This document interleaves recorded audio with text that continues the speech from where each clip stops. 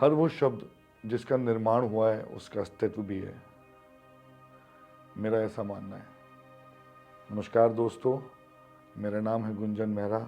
मैं आज हूँ आप लोगों के साथ एनबीटी लाइफ में।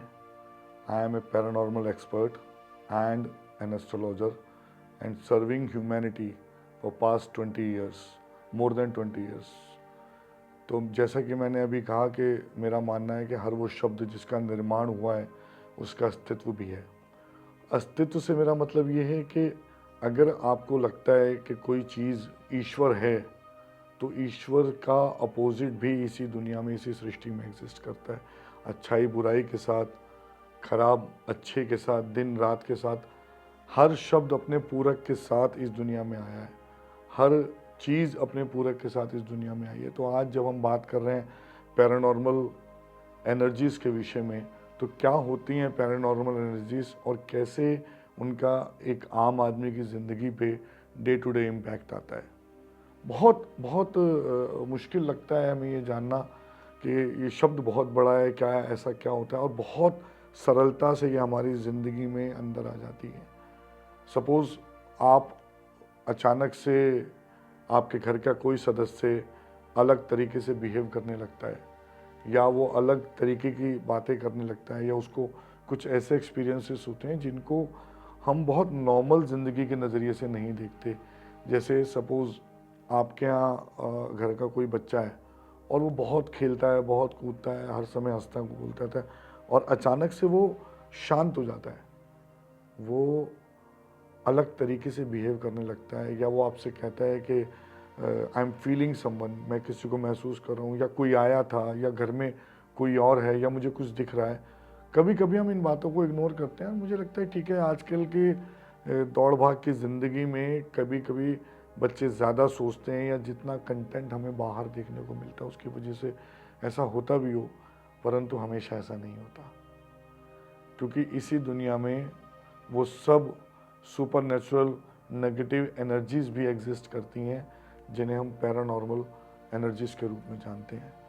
Paranormal energies are those energies जो एक आम आदमी की ज़िंदगी में अलग तरीके से रोल निभाती हैं। कुछ ऐसी शक्तियां हैं जिनके बारे में हम अगर सोचें, क्योंकि हमें लगता है कि क्या कोई शक्ति ऐसी है जो जिसे हम देख नहीं सकते, जिसे हम छू नहीं सकते, तो उसे महसूस किया जा सकता है। तो मैं कहूँगा हाँ, बिल्कुल महसूस किया जा सकता है। इस दुनिया में हमारे पंच तत्वों में हवा एक ऐसा तत्व है जिसे हम छू नहीं सकते, देख नहीं सकते, लेकिन महसूस किया जा सकता है। तो पैरानॉर्मल एनर्जीज़ को, नेगेटिव एनर्जीज़ को भी हवा रूपी एनर्जीज़ के रूप में देखा जाता है, क्योंकि वो हमें महसूस होती हैं। कुछ लोग उन्हें गंध के रूप में महसूस कर पाते हैं, कुछ लोग उनसे उन्हें उन्हें स्पर्श के रूप में महसूस कर पाते हैं।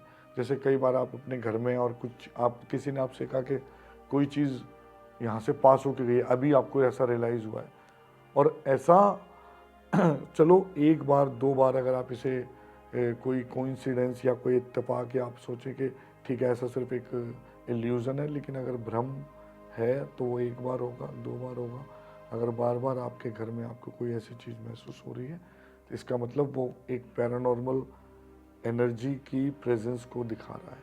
कैसे हम जाने कि हमारे घर में इस तरह की कोई चीज़ है या नहीं है? बहुत छोटे छोटे ऐसे नुस्खे हैं या उपाय हैं जिनसे हम उन्हें जान सकते हैं। इसके बारे में चर्चा मैं आपसे आगे करूंगा, परंतु पहले मैं आपको ये बताऊं कि कभी भी इस तरह की होने वाली किसी भी नेगेटिव एनर्जी को, मुझे लगता है, हमें इग्नोर नहीं करना चाहिए। मैं एक संदर्भ यहाँ यूज़ कर रहा हूँ कि बहुत अलग अलग तरीके की साइंसेस, बहुत अलग अलग तरीके की विद्याएं इस दुनिया में एग्जिस्ट करती हैं जो हमें हमारे शास्त्रों से मिली हैं, और उसमें सब चीज़ का विवरण है। अच्छाई बुराई खरा खोटा सब चीज़ का विवरण है।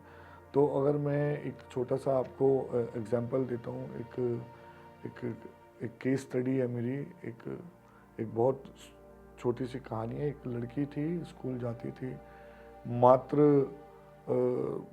8वीं या 9वीं कक्षा में वो होगी, अगर मैं नहीं गलती कर रहा हूँ तो, और कुछ साल पहले की ये बात है। वो अपने स्कूल से निकली और अचानक से उसने उल्टे चलना शुरू कर दिया। मतलब पीछे की तरफ कदम ले जाने शुरू कर दिए। और सब लोग थोड़े हैरान थे और परेशान भी थे, और बहुत कोशिश की गई उसे रोकने की या समझाने की। उस बच्चे को कुछ पता ही नहीं था उसके साथ क्या हो रहा है। और वो जब उसके घर पहुंची तो सबसे पहले दिमाग में ये आता है कि क्या कोई दिमागी बीमारी उस बच्चे को हो गई है, क्या कुछ ऐसा है उस बच्चे के साथ जो दिमागी रूप से हो रहा है। तो उसको चेकअप कराया गया, डॉक्टर्स को दिखाया गया, बहुत सारे एक्सरे, एमआरआई, सब कुछ हुआ, and it was all normal. जब हम बात करते हैं किसी ऐसी नेगेटिव एनर्जी की या पैरानॉर्मल स्पिरिट की या नेगेटिव स्पिरिट की, तो उसका सबसे बड़ा एग्जांपल ये है कि आप जब मेडिकल टेस्ट कराते हैं तो उसमें कुछ नहीं आएगा। मेडिकल टेस्ट में कुछ आता ही नहीं है।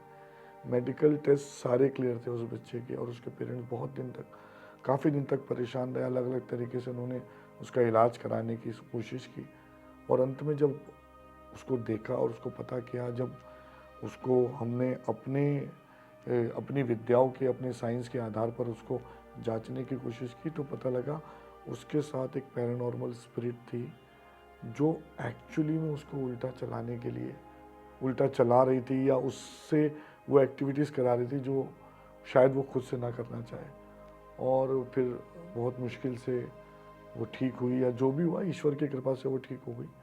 परंतु ऐसे कई चीज़ें होती हैं जो साइंस के, सोच के परे है, विज्ञान से परे है। विज्ञान के बारे में आप उनको, जब विज्ञान से उनका तुलनात्मक अध्ययन करते हो तो विज्ञान से वो परे निकल जाती है। तो ऐसा बहुत सारा अध्ययन है, हमारे शास्त्रों में भी इन विद्याओं का उल्लेख है। एक एग्जाम्पल मैं देता हूँ कि मैं आपको बताऊँगा कि कैसे अलग अलग विद्याओं में अलग अलग चीज़ों का उल्लेख हुआ है। एक हमारे यहाँ कहते हैं शाबर विद्या। शाबर विद्या को लेकर बहुत लोगों को इसकी जानकारी कम है। आजकल मैं देखता हूँ कि लोग बहुत ना फैंटेसी के रूप में इन चीज़ों को देखते हैं। तो सबसे पहले मैं आप लोगों को बता दूँ, this is not at all A fantasy.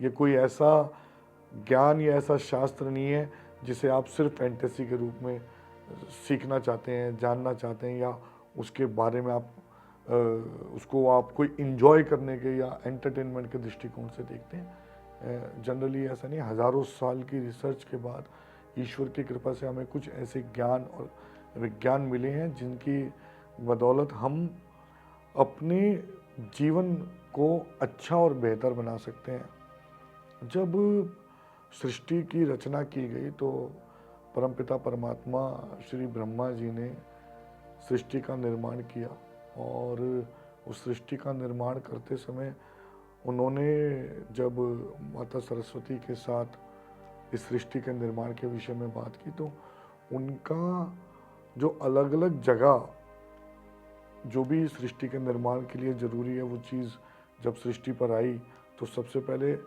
84,000 ऋषियों का जन्म हुआ। और उसके बाद विष्णु जी ने, श्री हरि विष्णु ने सृष्टि के पालन की जिम्मेदारी ली। और जब सृष्टि के संहार की बात आई तो साक्षात भगवान शिव ने इस कठोर जिम्मेदारी को अपने ऊपर लिया, और उन्हीं के माध्यम से हमें ऐसे बहुत सारे ज्ञान और शास्त्र मिले जिससे हम इन पैरानॉर्मल एक्टिविटीज़ और एनर्जीज़ को पहचान पाते हैं और इनका समाधान कर पाते हैं।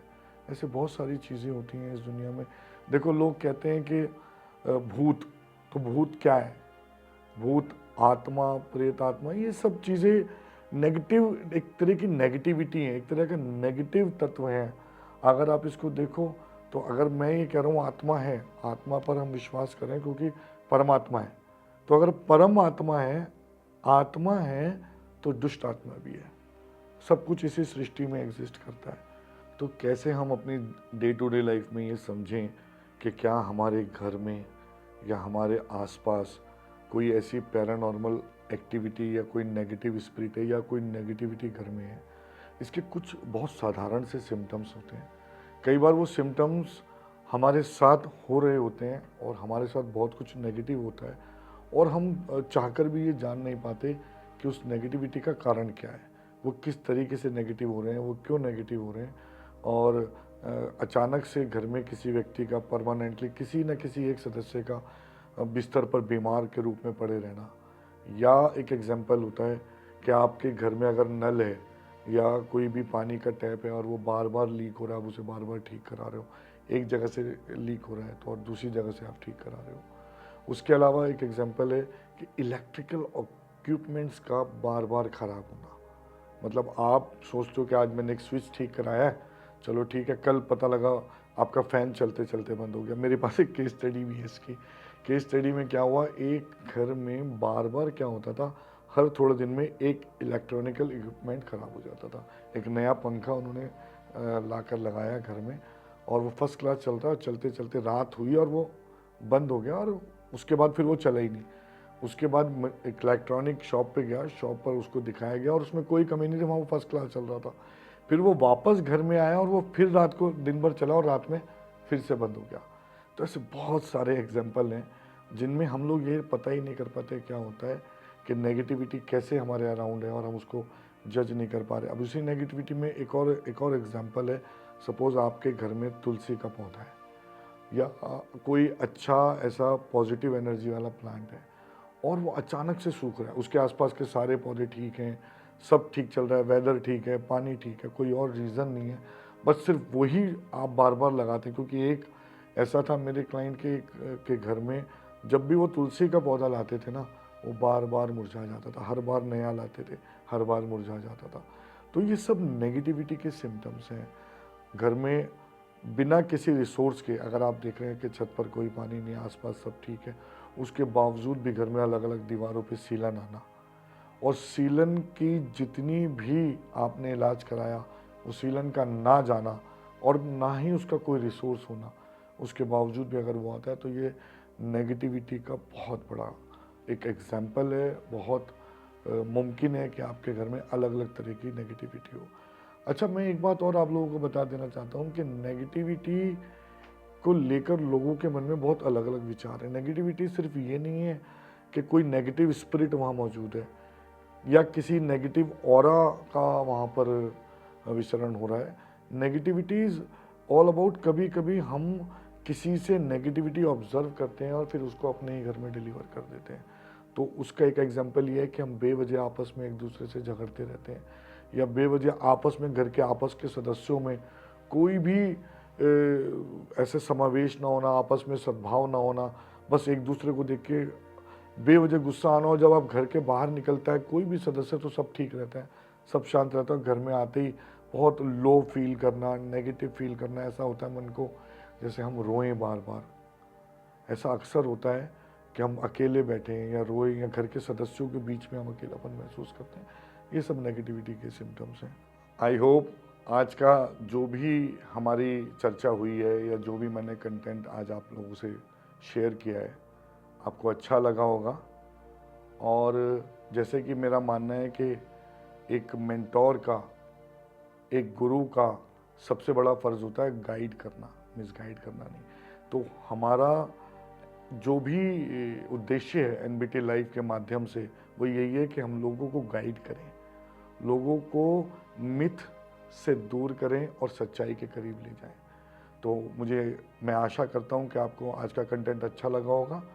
उसके अलावा हम अपने अगले एपिसोड में एक नए सब्जेक्ट, एक नए टॉपिक के साथ आपके सामने होंगे, जो कि है साबर विद्या।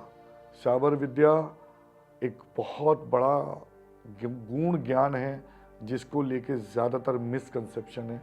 ये कहाँ से आया, कैसे लोगों तक पहुँचा और लोगों ने इसका कैसे सही गलत इस्तेमाल किया, उसके विषय में हम बात करेंगे। तो आप मुझसे जुड़े रहिए और इसको ज़्यादा से ज़्यादा लाइक, शेयर और फॉलो कीजिए।